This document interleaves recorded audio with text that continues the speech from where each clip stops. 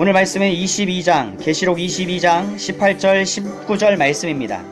말씀의 제목은 경고 더하기 빼기입니다. 내가 이 두루마리의 예언의 말씀을 듣는 모든 사람에게 증언하노니 만일 누구든지 이것들 외에 더하면 하나님이 이 두루마리에 기록된 재앙들을 그에게 더하실 것이요, 만일 누구든지 이 두루마리의 예언의 말씀에서 제하여 버리면 하나님이 두루마리에 기록된 생명나무와 및 거룩한 성의 참여함을 제하여 버리시리라. 요한계시록의 결론이자 성경 전체의 결론에 해당하는 계시록 22장은 경고도 또한 싣고 있습니다. 먼저 18절은 말씀에 무언가를 더하는 것에 죄를 경고하고 19절은 무언가를 빼는 것에 죄를 경고합니다. 먼저 이 두루마리의 예언 말씀이라고 하는 단서를 짚어야겠습니다. 1차적으로 이것은 요한계시록 말씀입니다. 그런데 동시에 우리는 이것이 성경 전체를 가리키는 말이기도 함을 부인할 수 없습니다. 까닭은 계시록과 마찬가지로 창세기부터 유다서까지의 성경 역시도 하나님의 말씀임에 틀림없다. 성경은 하나님의 감동으로 되었다는 것을요, breathe in, 근데 breathe out. 여러분, 말씀을 하시느라 숨이 차는 겁니다. 하나님의 말씀이라, 하나님이 하신 말씀이라는 거예요. 먼저 성경에 무언가를 더하는 죄에 대해서 소개를 합니다. 대표적인 예는 로만 가톨릭, 즉 천주교회입니다. 이들은 성경 66권 이외에도 7권의 외경을 포함시킵니다. 그래서 총 73권이에요. 인간 교황은 오류가 없답니다. 교황 무호설을 주장합니다. 에녹과 엘리야가 승천했습니다. 구약시대에. 마리아도 하늘로 불림을 받았다고 하는 마리아 몽소 승천설을 주장합니다. 성경은 그러나 예수 그리스도 외에 모든 사람은 죄인임을 주장하며 어떠한 예외 규정을 두지 않고 있습니다. 마리아는 놀랍고 천사의 이 예언의 말씀에 세상을 구원할 메시아가 너의 뱃속을 통해서 탄생한다라는 그 얘기를 들었을 때 얼마나 놀랐겠습니까? 아직 결혼도 하지 않은 남자를 알지 못하는 처녀에게. 그런데 Be it unto me, 주님의 말씀대로 그렇게 되기를 원하나이다. 저는 주님의 계집 종일 뿐입니다. 저는 주님의 종입니다. 주님이 하시고자 하시는 일은 이루어질 것입니다. 순종하는 그 믿음의 고백을 보여줬지 않습니까? 어쨌든 성경은 그래서 모든 사람은 죄인임을 주장하며 마리아도 예외가 아니라는 말씀을 드리는 것입니다. 이처럼 로만 가톨릭은 성경에 있지도 않은 내용을 첨가죄를 저지르고 있습니다. 둘째로 성경에서 무언가를 제하는 죄에 대해서입니다. 흔히 여러분, 자유란 말은 긍정적인 의미로 사용이 되죠. 하지만 신앙에 있어 자유주의란 말이 있는데 신앙적 자유주의, 신학적 자유주의, 상당히 나쁜 것입니다. 다름 아닌 이때의 자유는요, 성경으로부터 자유를 하자는 거예요. 반면 신앙과 관련했을 때 긍정적인 말은 보수주의예요. 성경을 성경 그대로 보수하자, 자유주의, 성경으로부터 자유하자, 제껴두자. 그 반대말이 보수주의니까 이거는 뭐 취사 선택의 문제가 아니라 성경을 따라 신앙을 하는 모든 그리스도인들은 보수적 신앙인들입니다. 우리는 흔히 부정적으로 그 말을 사용해왔어요. 꽉 막혔고 폐쇄적이고 심지어는 보수 꼴통이다. 하지만 다시 말씀드리지만 신앙과 관련해서 보수주의는 여지없이 좋은 의미이다. 우리 시대의 변화와 상관없이 성경 보수주의가 우리 모두는 되어야 합니다. 세상에 얼마나 이 하나님의 말씀을 무시하는지 몰라요. 어떻게든 사람들을 미혹해서 지금도 그런 얘기를 해 라는 분위기로 몰고 가고 있지만 여기에서 바로 믿음의 확신이 필요하죠. 세월이 흐르고 상황이 달라져도 여호와 하나님은 영존하시고 말씀은 그대로이기 때문에 우리는 renewing mind, 우리의 마음을, 정신을 새롭게 해서 하나님의 말씀을 붙잡아야 됩니다. 그래서 우리는 말씀 가까이 가는 거죠. 최첨단 과학 문명, 현대 기술 발달 시대를 살아도 여러분 이 점은 분명합니다. 하나님은 변하지 않습니다. 그분의 말씀은 결코 변하지 않습니다. 변하는 것은 우리의 태도이고 우리의 판단이고 우리의 하나님께 대한 사랑이 변하는 것이었죠. 하나님은 우리로 하여금 구원 얻도록 주신 말씀이 성경입니다. 지적 능력이 타인에 비해서 낮은 사람이라 할지라도 죄로 말미암아서 영적으로 죽은 사람에게 성경은 분명한 구원의 길을 제시해 줍니다. 성경은 학자들을 위한 것이 아니고 모든 사람에게 복음이에요. 무식자나 남녀노소, 신분, 고하를 막론하고 말이죠. 예수 그리스도를 통한 구원 분명히 가르쳐줍니다. 오늘날 뭐로 가도 서울로 가면 된다고, 하나님께 가는 길이 꼭 예수를 통해서만이 아니라고 사단은 자꾸 물타기 작전을 씁니다. 사람을 미혹하고 구원 문제, 가장 중요하니까 자꾸 그 문제에 있어서 혼란을 가지게 하는 거죠. 심지어 교인들까지도 혼란케 만들고 있는데, 성경은 이 점에 있어 항상 명확하고 분명했으며 명백했다는 것입니다. 내가 곧 길이요 진리요 생명이니 나로 말미암지 않고서는 아버지께로 올 자가 없다. 요한복음 14장 6절 예수님께서 분명히 선언했습니다. 또 사도행전에서 예수의 사도들은 하나님께서는 천하 인간 세상에 구원 얻을 만한 다른 이름을 주신 적이 없다. 예수란 이름 외에는 명백히 선포합니다. 그러므로 자유주의 신학은요 굉장히 사악합니다. 지난 세기 1900년대 초반에 근본주의 논쟁이 있었습니다. 100년 이상 정통 그리스도 신앙을 대변한 기관 프린스턴 미국의 신학교가 신학적으로 좌경화가 된 것입니다. 성경 중심적인 신앙, 정통 보수 신앙의 대변자 격인 비비 워필드란 사람이 서거하자 자유주의 신학자들이 대거 학교 이사회를 통해 들어온 것입니다. 그런데 문제는 이들 자유주의 신학자들은 그리스도 신앙에 있어 근본적인 내용을 믿지 않았다는 사실입니다. 근본적인 신앙 내용이 무엇입니까? 성경에 오류가 없다는 것을 믿지 못하겠다. 예수의 동정녀 탄생을 믿지 못하겠다. 성경에 기록된 모든 기적들 못 믿겠다. 대속적 죽음 못 믿겠다. 예수의 육체적인 부활 그리고 장차 육체적 재림한다고 믿을 수 없다.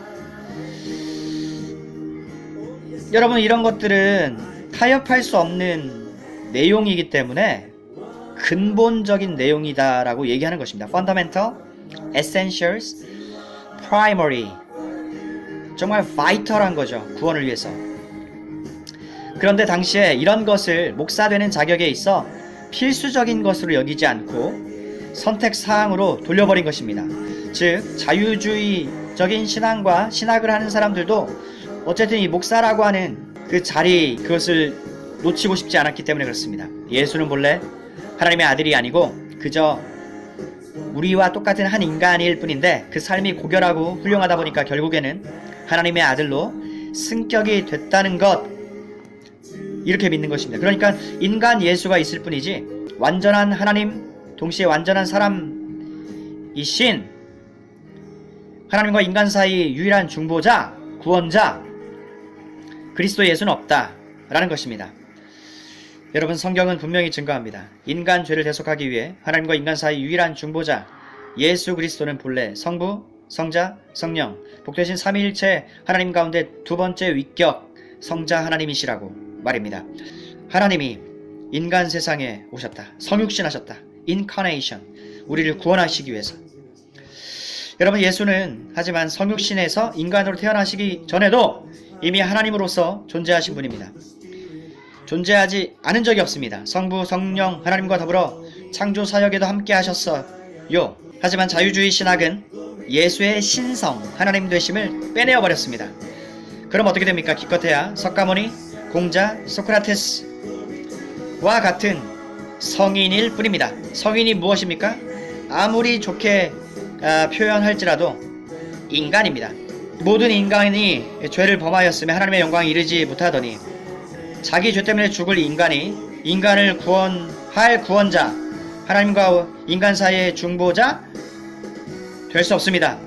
즉 구원이 불가능해지는 것입니다. 예수가 그저 인간이면.